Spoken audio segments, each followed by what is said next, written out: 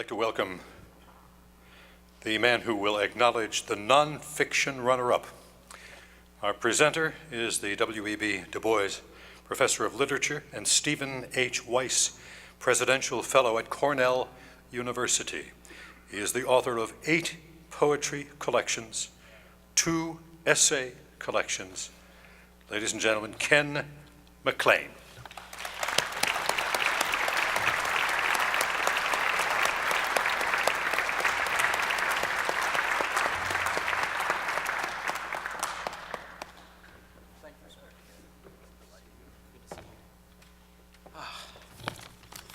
Let me just say it is an extreme delight to be here, and it's not possible to be here and not exalt in the people who've come before and the people who will come after.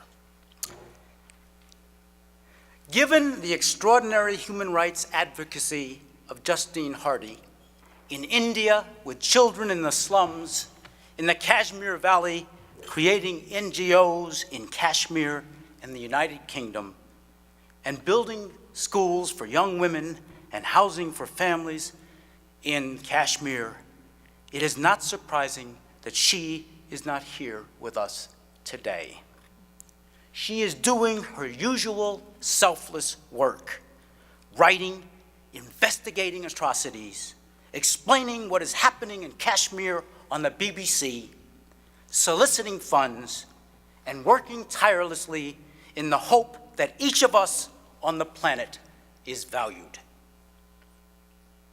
In the Valley of Mist, Justine Hardy's poetic book about the Kashmir Valley and the terrible human cost of the dislocations there is a paean to the great and difficult work of building friendships between the author and the Dar family, between an Englishwoman and a Muslim family, that is, and the terrible legacy of loss that ceaseless war and ceaseless destruction exacts on a beautiful land and its inhabitants, a land Hardy loves and has lived in for many years. The book is also, just as powerfully, the narrative of how one apprehends difference during great cultural and political upheaval, and the great divide that experience, religion, and history create, captured in prose that is quite simply luminous. In this time and place, we rarely honor others. We rarely see them as sacred, monumental, as interesting as we see ourselves.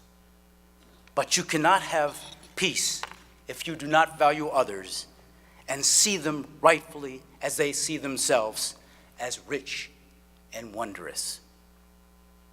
Hardy, in her brilliant description of the Dar family, permits us to witness the great cost of rising fundamentalism to people like ourselves who worry about the soldiers congregating down the street, the loss of long-term neighbors, and the possibilities in war-torn Kashmir of having a traditional family for their daughter.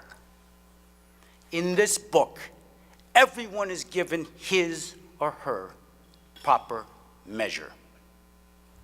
There are moments in this narrative that are truly frightening. Human beings do horrible things to each other, such as the rape of an entire village, and Hardy does not lie about our devastations. There is some of the best writing I've encountered about how one becomes a terrorist, how easily it is for someone young and tempestuous to discover hate's allure, be it in the Kashmir Valley or in Brooklyn.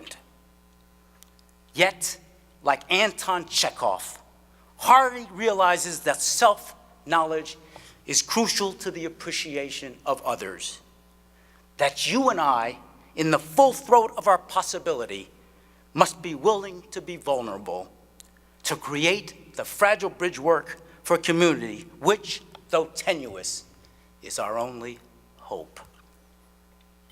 Some divides in life are bridgeable, some divides are not. But with human beings, all things are possible. As Justine Hardy underscores in her brilliant work, and her great philanthropic work in the Kashmir Valley and elsewhere. True intercultural cooperation can only be forged slowly, with great judiciousness, and with great humility. We are very lucky that she is in the world. Thank you.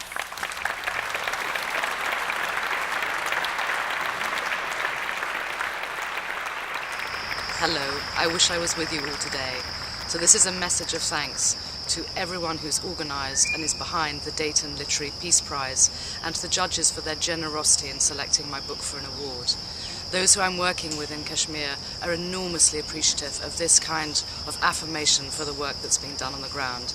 So I salute you, we salute you, and I hope you're all having the most wonderful time there. I wish I was with you.